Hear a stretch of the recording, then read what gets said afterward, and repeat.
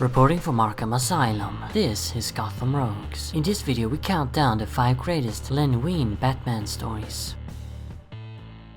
Like most of you probably know, Len Wein, legendary comic book writer and creator of Wolverine, Nightcrawler, Storm, Swamp Thing, and several other characters, recently passed away. So in order to honor his legacy, I decided to make this video where I count down my 5 favorite Batman stories written by the guy. Although he is more remembered for his work on other comic properties, Wein has always been one of my favorite Bat writers. He primarily wrote Tales of the Dark Knight in the 70s and early 80s, even doing a 20-issue run on Batman from late 1978 to mid-1980. A lot of these stories were among the earliest Bat comics I read. As I mentioned before, that I got into Batman comics through old Swedish reprints, and plenty of that stuff included Bronze Age material. Before we get into the list, I first have to give an honorary mention to the 3-issue miniseries and Batman's first special limited series, The Untold Legend of the Batman. It's mainly a recap of Batman's entire history up until that point, including several character origins. I really like this series, and it's very fun to see the saga of the pre-crisis Batman summarized like that, but I don't think it works that well as a story. Anyway, let's get on with the list. And of course, feel free to write your own favorite Wein Batman comics in the comments. Number 5. Haven. Published in Detective Comics 514 in 1982, this one features absolutely gorgeous artwork by the sadly underrated Bat artist Don Newton. In it, Batman is in hot pursuit of Maxie Zeus during a terrible snowstorm, chasing the mad villain to the outskirts of the city. There, the Batmobile skids on the slippery ice and drives right off a cliff, crashing. The Dark Knight is then forced to make his way on foot, but that quickly proves to be impossible in the harsh weather. The hero tries his best, but eventually he passes out in the snow. Some moments later, he's rescued by a man named Haven, who brings the Caped Crusader to a small cabin in the middle of nowhere. There, Batman is nurtured back to health, while Haven tells his story of how he came there to leave civilization behind. While living in his city, Haven was unable to control his rage and accidentally killed a man once. Now he's fled to this place, far away from society, where he's sworn off violence and finally been able to find some peace. That peace will be disturbed though when Maxie and his goons, also forced to abandon their vehicle, makes their way to the cabin in pursuit of shelter too. This is actually the last of the classic Wein Batman stories, and what a way to send off. It's really interesting to see Batman so out of his element, caught in a snowstorm out in the rurals, forced to fight grizzly bears and everything. That's not his regular routine, and it shows. The story of Haven is of course also a very compelling one. You can certainly relate to it. Who doesn't get sick of the pressures and stress of our society every now and then? Maxie Zeus himself is portrayed pretty well here too. The comic doesn't explore him, but I like the way he's written. As a totally delusional and arrogant villain, he acts so nonchalant and doesn't even seem to care that much about the predicament him and his goons are caught in. He's a god after all, and gods aren't affected by a mere snowstorm, right? Number 4. Have Yourself a Deadly Little Christmas.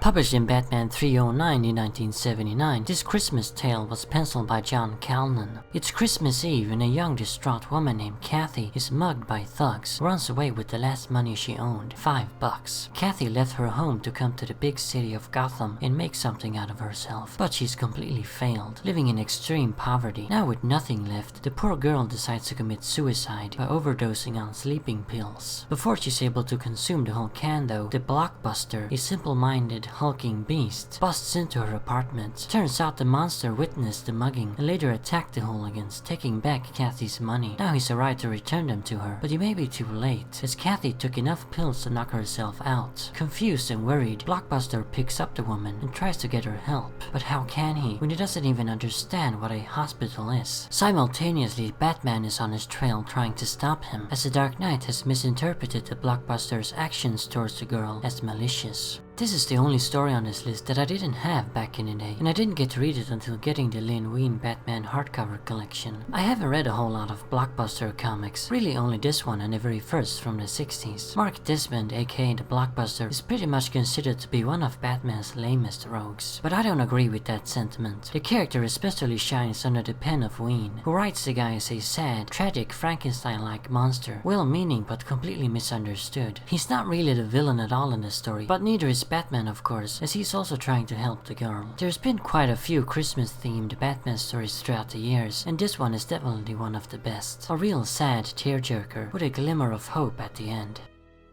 Number 3. Dreadful Birthday, Dear Joker. Published in Batman 321 in 1980, this Joker classic was penciled by the ever-amazing Walt Simonson, who draws one of the best Jokers of all time in my opinion. In it, the Joker kidnaps a whole bunch of Batman's allies, including Robin, Commissioner Gordon, and for some reason Alfred. That's a bit confusing, but if I remember correctly, Alfred helped Batman defeat the Ace of Knaves in a previous Brave and the Bold story, so that may be why. Anyway, the Clown Prince of Crime then sends fake invitations to all of Gotham, tricking the citizens into coming to an arena. There he's got all of his hostages tied to large burning candles placed on a giant cake, and the main spot at the top is reserved for his arch nemesis yet to arrive, the Batman. Turns out it's the Joker's birthday, and he's going to celebrate it with a bang. I absolutely love this story, and it was almost included on my top 5 best Joker stories list. It's a pretty basic plot. The Joker is up to no good and Batman has to stop him, but it just works so well. Joker's scheme, albeit simple, is absolutely perfect. Of course he would invite all of Gotham to his mad birthday celebration. That's what Joker's all about after all, putting on a grand show. He's a theatrical, vain diva, and he's gotta do everything in an overblown fashion with everyone watching. This comic features in my opinion a perfect Joker. Not only does his motivation make a lot of sense, but he's also portrayed as a comedic clown, complete with lots of silly yet deadly gag gadgets. That's what I want Joker to be, a murderous, funny clown who's completely out of his mind. Another interesting aspect I've thought about is, it may not even be Joker's birthday, as nobody knows when the guy was born, so he could just be making it all up. One day just suddenly feeling like throwing a crazy birthday party for himself. That would also be totally Joker. Number 2. Moon of the Wolf. Published in Batman 255 in 1974, this classic was penciled by none other than the legendary Neil Adams. It's actually only Wein's third Batman story, that is if you even count the second one, A World's Finest Tale featuring Dr. Light. In it we meet famous star athlete Anthony Lupus, a man who suffered from severe headaches on nights of a full moon. Lupus tried all the doctors Gotham had to offer in the hopes of curing himself of his condition, but none of them could offer any solution. Desperate, he eventually approached the shady underworld scientist Professor Milo. Milo gave the man a potion that would supposedly relieve him, but it had the opposite effect of that and only made things worse, much worse. The concoction unleashed the full form of Anthony's condition, namely repressed type of lycanthropy. This is what Milo wanted, of course, and now a werewolf during each full moon. Lupus was commanded by the mad scientist to use his powers to destroy his arch-enemy, the Batman. If he did so, Anthony would be given the real cure, but if he refused, the poor guy would have to stay a wolfman for the rest of his life. So this story was of course famously adapted by the animated series, but that episode isn't quite as good as the comic. I'm a huge horror fan, so how could I not love this story? I mean, it's Batman versus a freaking werewolf. How awesome isn't that? Then there's naturally the phenomenal art by Neil Adams. He's done a very cool werewolf design for Lupus, especially by 1970 standards, when Wolfman still looked a bit lame in the movies. But besides all that, what really makes this the second best Wein Bat tale is Anthony himself, a truly tragic villain. He's cursed by Milo, the true villain, and then forced to commit acts of evil against his own will. One of the greatest forgotten Batrogues of all time. And now for the greatest Len Wein Batman story of them all. Number 1. The Coming of Clayface 3.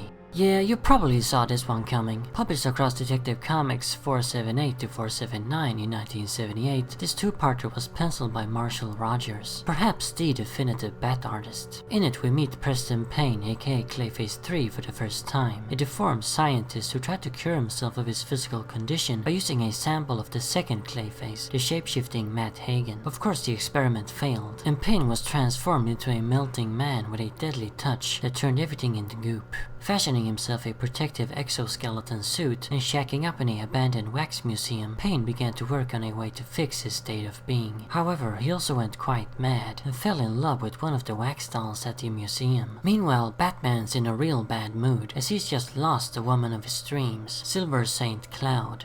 So yeah, I've talked about this one before and even included it on my top 20 Batman stories list, in the top 5, so obviously it ain't a surprise that it naps the number 1 slot on this list. What can I say that I haven't already said before? It's a tragic horror story with an amazing villain. Payne is sad and sympathetic at the same time as he's scary and horrific. Wein may be best known for creating Wolverine, but to me his greatest creation is Clayface 3. The character is definitely his greatest contribution to the Batman mythos, at least. Besides, Besides pain, this two-parter is also one of the best Bruce Wayne stories, as it explores the idea of Batman preventing any chance of Bruce living a happy life. It was because Silver found out about his alter ego that she left him, which happened in the previous issues, and Batman will continue to stand in the way of any potential relationships. This is a fascinating aspect of the character. Sometimes we forget that Batman is really just a dude, like you and me, who also has a desire to live a normal, happy life, perhaps with a wife or maybe a couple of kids, but he'll never be able to do that as long as he's the Dark Knight.